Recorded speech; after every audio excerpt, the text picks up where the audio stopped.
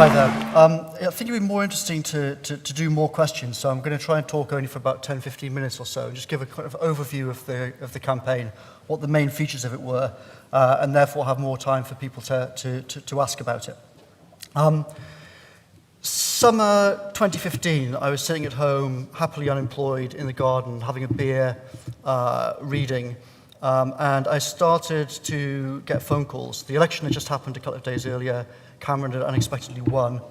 And I started to get phone calls from a combination of a few MPs and some campaigners and a few Tory party donor billionaires saying, essentially, well, this referendum is now going to happen, but no one has actually prepared anything for it. No one's built anything. There is no campaign.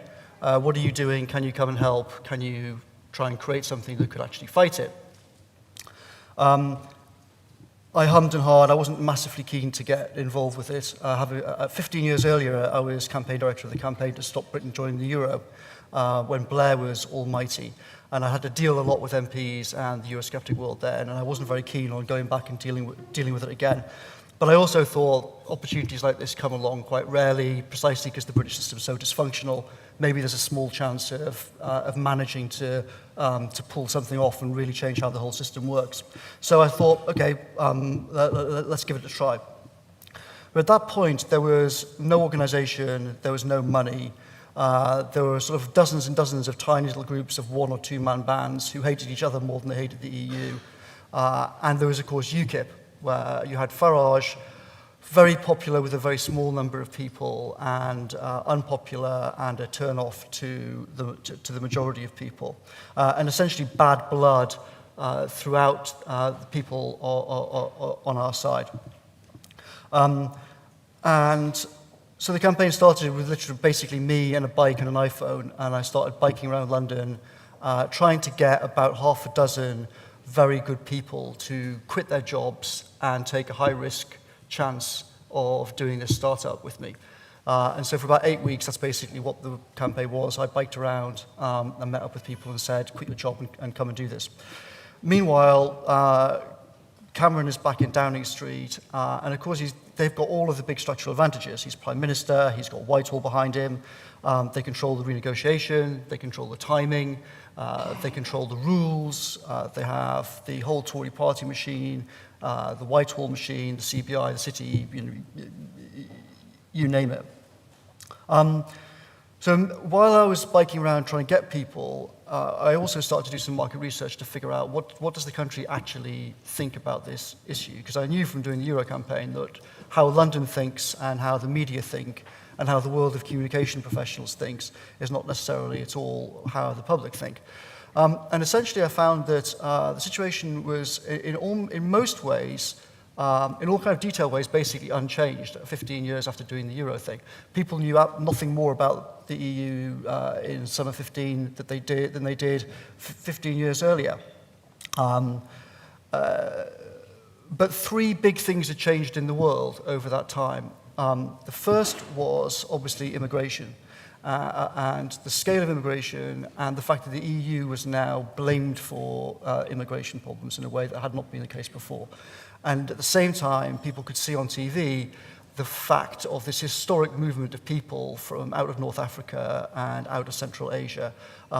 And very visibly, neither national governments nor the EU seemed to know what on earth to do about it. And that was one big thing. Other big thing was the financial crisis in 2008.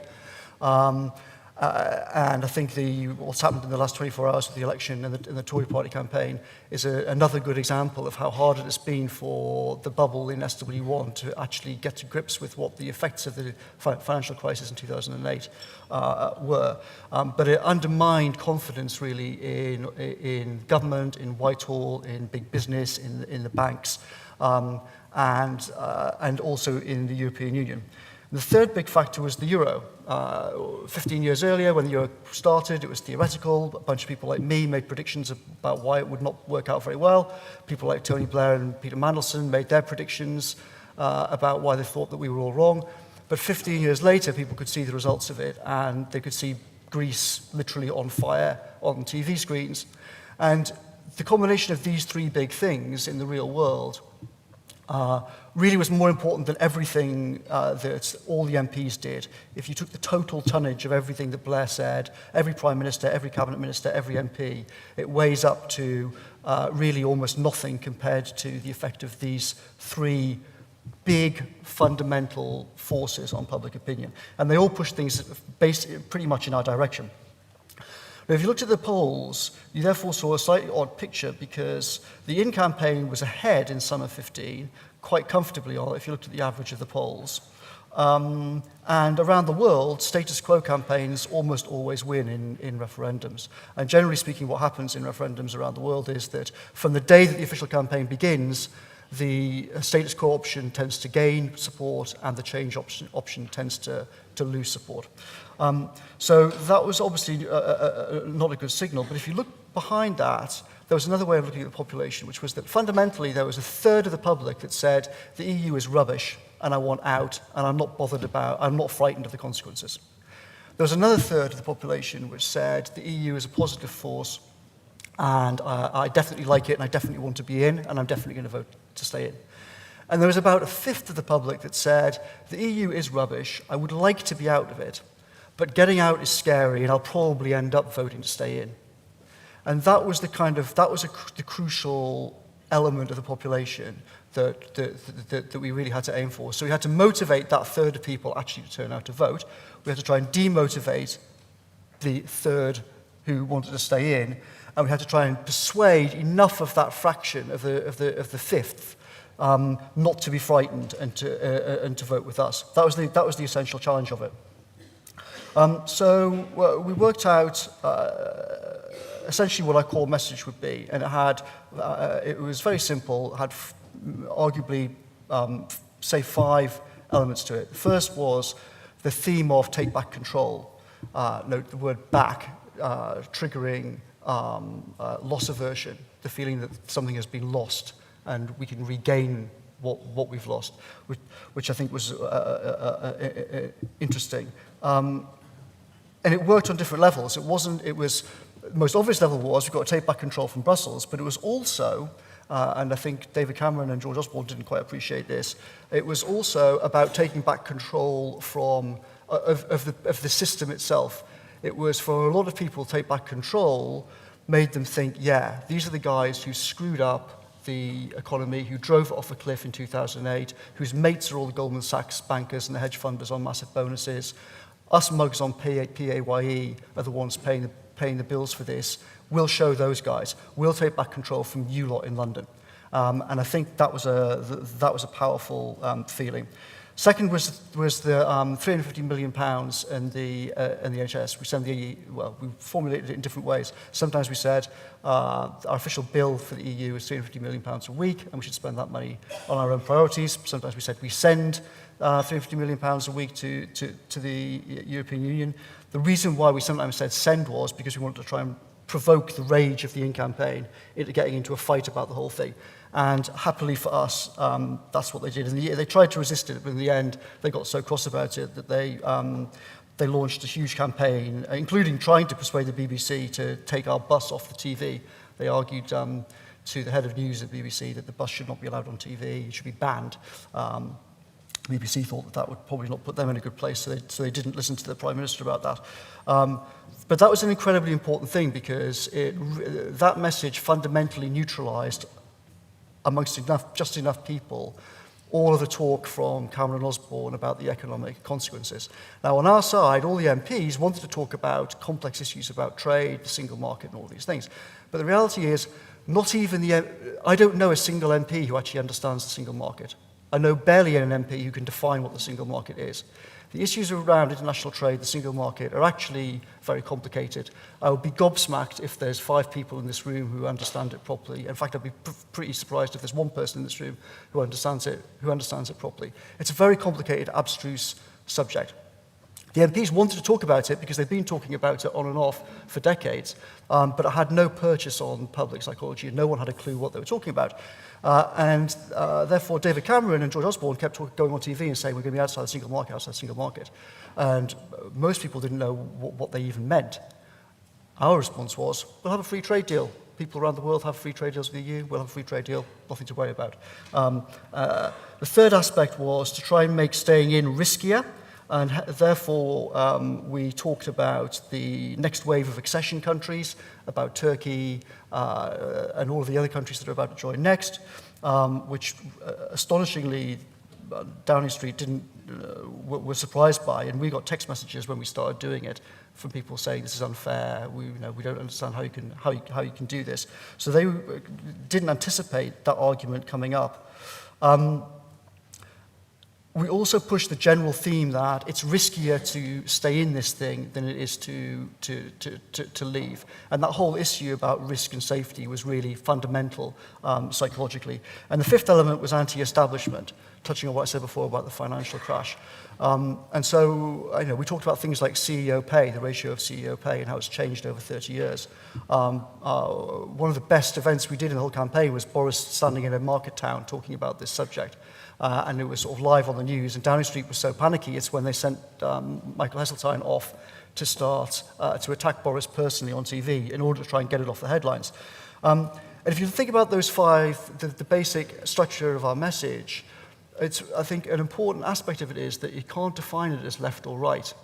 And politics in Westminster is absolutely always, and you'll see it in all the pundits who've been wrong about this election, will, over the next week, spin a whole set of theories which are also completely wrong, and it will all be predicated on this idea that the population is distributed in this line of people, and here's extreme left, and here's extreme right, and here's these people in this, quote, centre.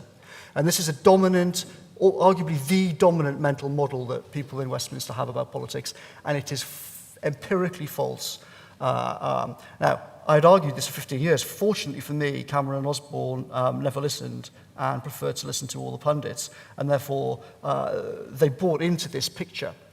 But in fact, the public, in lots of ways, if you talk to an average swing voter, they are both more left-wing and more right-wing than most people in politics understand. So they would say simultaneously, confiscate property from people, put more money into the NHS, and have the kind of anti-terrorism and anti-crime policies that the vast majority of MPs in the Conservative Party would not support.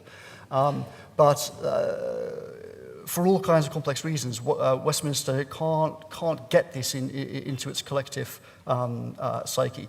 But the message that we constructed was done in such a way as to avoid this left-right thing, and therefore we had people from all different parties and with lots of different political beliefs able to unite behind this. But because of the structural disadvantages that I talked about, it was very hard for us to get a message across. David Cameron's Prime Minister, the BBC, and everyone obviously follows his news agenda. Until February, we didn't have any cabinet ministers. The media is totally obsessed with names, not arguments and issues. It doesn't care about arguments or issues. It cares about names and inside baseball. And we didn't have any big names at that point. Because of that, chicken and egg problems of everyone thinking we're going to lose, the Farage problem, no cabinet ministers speaking out, etc., it meant that it was very hard for us to get big business people on our side. So we had to do things, we had to take risks, and we had to do things in a slightly new way. So one of the basic things that I did was I brought in a team of physicists who essentially looked at campaigning from complete first principles. And what they did was they simply scanned around the world and they said, what studies have been done on issues of turnout and persuasion that actually have good maths behind them to support and have been replicated and we can actually have confidence in. And they basically went through, filtered them all out, and came back to me and the team and said, here is a small selection of things of actually high quality or reasonable quality work which you can rely upon. And here are the principles that you can see in these studies that have been replicated with randomized controlled trials and whatnot in the States. We basically created a checklist of what these things were, and we built the communications team around trying to exploit each of these elements which the physicists found. They also constructed models to help direct resources for the ground campaign, so where do you actually send your activists, and the digital campaign, how do you actually do that in a scientific way. And essentially, you had streams of data coming in from all sorts of different ways, the website, email, on the ground, canvassing, social media, blah, blah.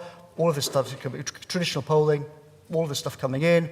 And you had the data science people sitting at the heart of the operation and essentially taking our core messages and just running experimentally a whole bunch of different things on Facebook and elsewhere, and then figuring out what things work and what things don't work. And we started off with relatively small amounts of money just to run this experimental process.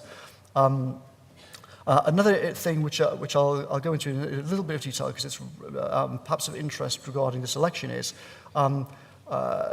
we did a new kind of polling. So I'm sure all of you know, the polling methodology used throughout the world is essentially the same system that was invented in the late 1930s. And the idea of it is, you take, roughly speaking, 1,000-person sample, and if it's random and representative, then you can rely on the mathematics of the normal distribution, the famous bell curve, and that should give you a pretty accurate picture of what people think.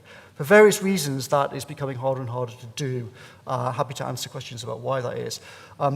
But leaving that aside, what the physicists said was, this is actually not the way that you would invent polling if you were going to invent polling now.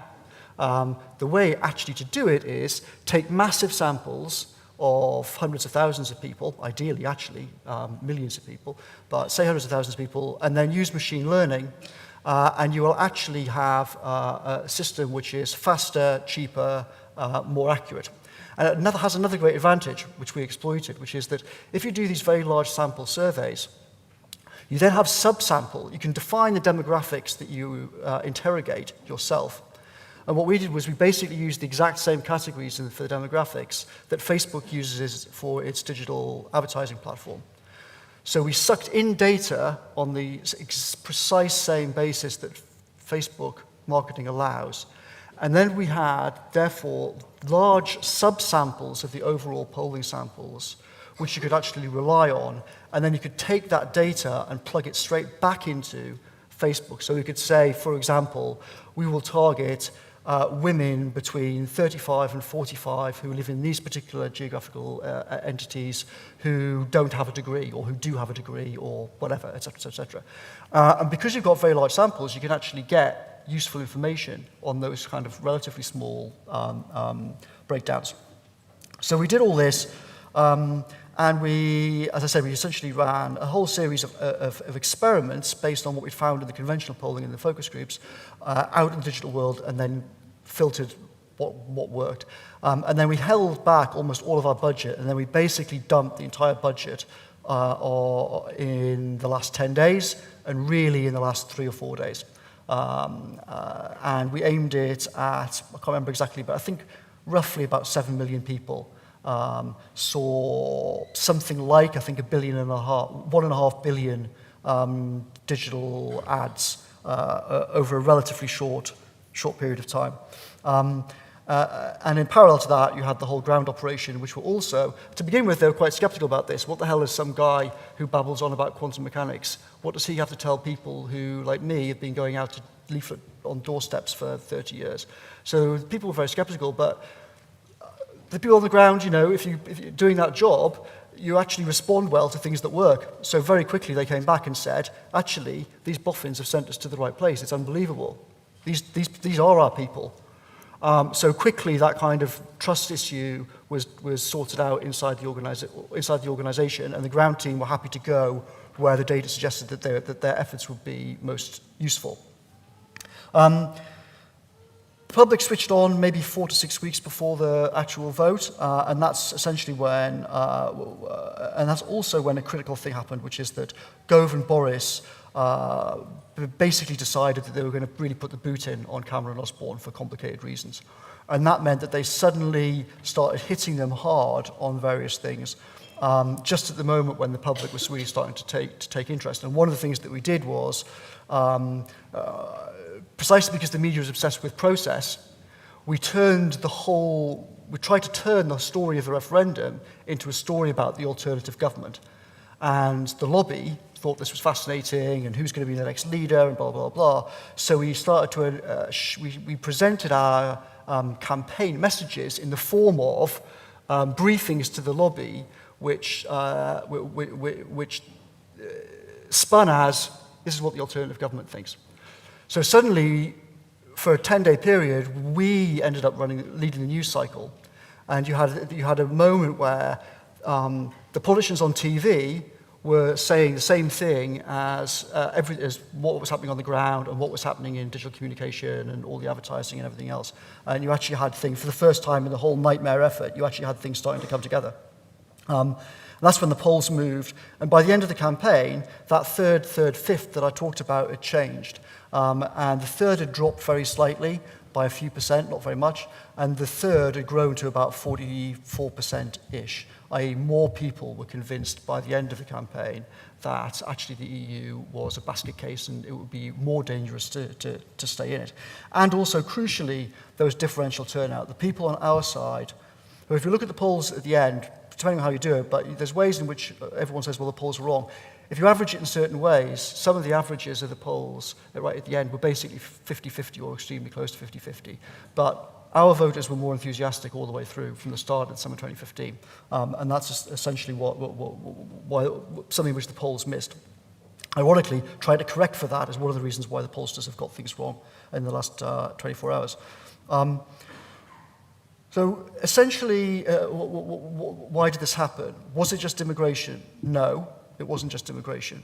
If it hadn't been for 350 million and turning the campaign, giving people a chance to vote for the NHS as well as voting against the EU, without that, then the economic scares of the establishment would have been too powerful and we would have lost.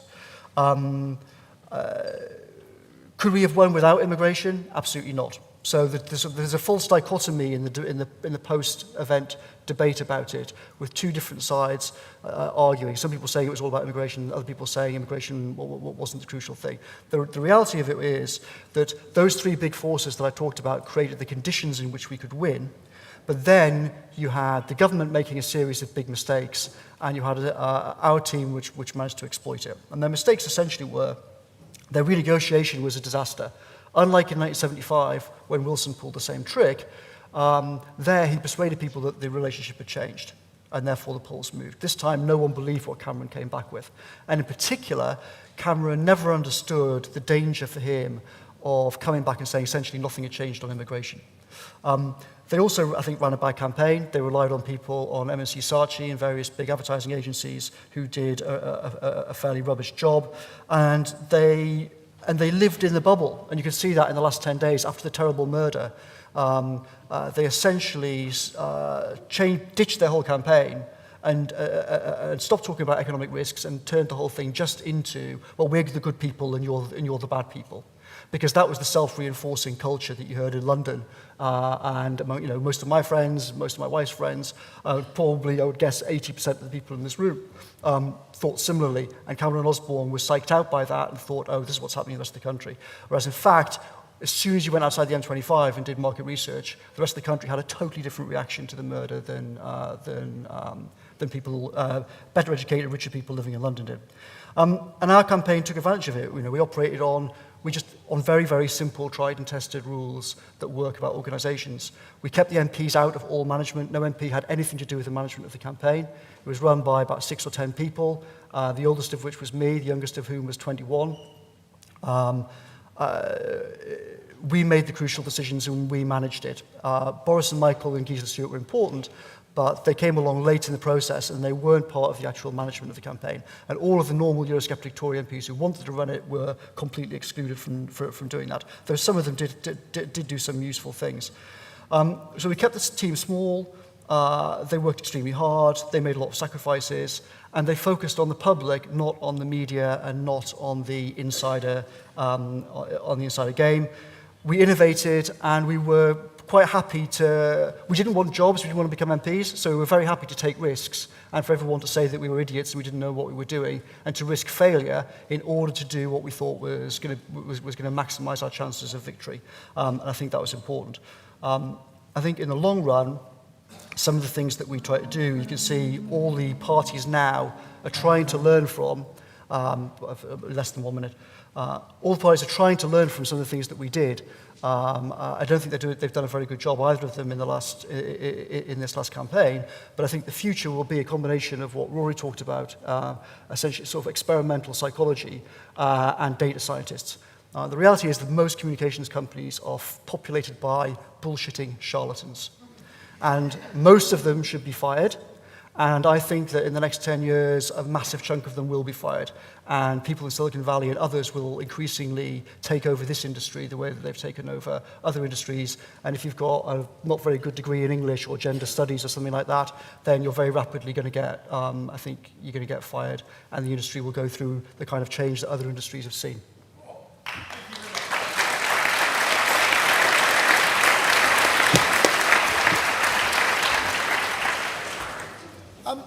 I mean, I'll wait for the questions to come up. I mean, one thing that did interest me is the concept of control, which I think is... No, actually, let's take the first question. Do you ever feel guilty about what you've done? No, not in the slightest.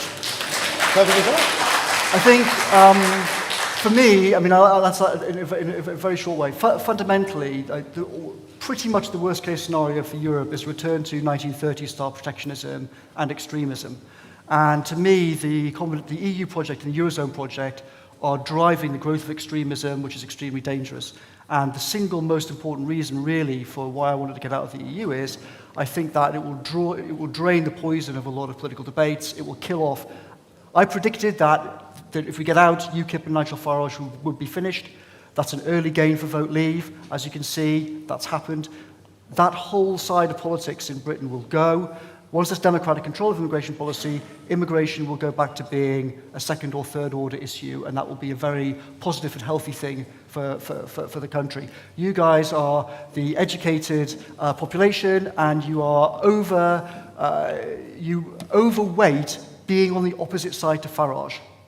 You think, well, Farage is on that side, therefore I must be on the other side. And that's actually not a very rational way of thinking, but it's actually how most educated people thought about the referendum.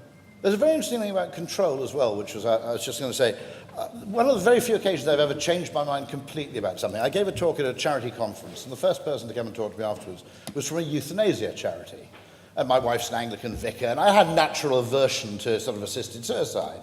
And they told me something which was fascinating, which is that of the people who go through the whole legal palaver for arranging assisted suicide, which takes many, many weeks and involves lots and lots of kind of verification, I always assumed that once the paperwork was signed, they called for the Swiss guy with a big syringe. No, 95% of them never go through with it. They don't actually want to commit suicide, they just want to know they can. And so control is something which has a value. It may be hard to put an economic value on it, but it has a very, very strong instinctive value. The feeling that we know we can do something, such as restrict immigration, is almost separate to your urge to restrict it. And you're adding the phrase back, of course, was a masterpiece of behavioural science. I mean, you also did quite a lot of work to keep Farage off the television. We did, exactly. So on the control front, I mean, I came up with the slogan, really, because when I did the Euro campaign 15 years before, we developed the slogan then of keep the pound, keep control. And we never could beat that. So MSC, Saatchi, all these different big agencies came up with slogans, and they said, this is better than that, Dominic. And I'd say, well, let's see what the public thinks, and we go out and test it. We never came up with anything that beat keep the pound, keep control. So when I came to do this, I thought, well, let's just rehash that and sort of, let's start with that as a baseline and then see if anyone can come up with something better than let's take back control. No one ever did. So that's what we ended up going with. And it ended up with the thing being much more powerful than I certainly thought it would be when I started off with it. I mean, there is an ethical question about the bus, the promise to the NHS. Was that a promise you were really warranted to make? So the issue about the bus and the NHS, one of the myths about that is that it was sort of invented by us and we never had any intention of doing it. But what I thought would happen is that if we won, Cameron would be finished, and Osborne would be finished, and there would be a leadership campaign, which I was right about. I then thought that Boris was a shoo-in to win, But then, of course, my old friend Michael Gove, I then went off north with my wife and new baby who'd just been born, thinking that Boris is obviously going to walk it, went up to Scotland. And then Michael threw this extraordinary curveball in and sort of took Boris out at the knees. And therefore, Boris didn't end up going in. But me, Michael, and Boris had talked about this in private before the vote, and actually on the day of victory in the vote leave office. So when Boris came in on the Friday 24th and punched the air and whatnot, he and I walked into this little room amid sort of beer cans and craziness. And I said to him, the first thing you do is say, we are going to meet this promise. And he smashed his fist down on the table and said, absolutely, no question about it. And if Michael had not taken out Boris and that Boris had run as leader, I am 99.9%, I am as sure as I can be about pretty much anything, that Boris would have said, I will honour the promises that we made in this campaign. Because him and Michael were very aware of what they'd said, and they were aware of the dangers of them being seen to go back on it. And also, they also had the view that what's one of the core problems of the Tory party brand going back decades? NHS, and people think, by the way, and I think most people are right, the Tory party is run by people who basically don't care about people like me, right? That's what most people in the country have thought about the Tory party for decades. I know a lot of Tory MPs, and I'm sad to say the public is basically correct. Tory MPs largely do not care about these poor people. They don't care about the NHS, and the public kind of has cottoned on to that.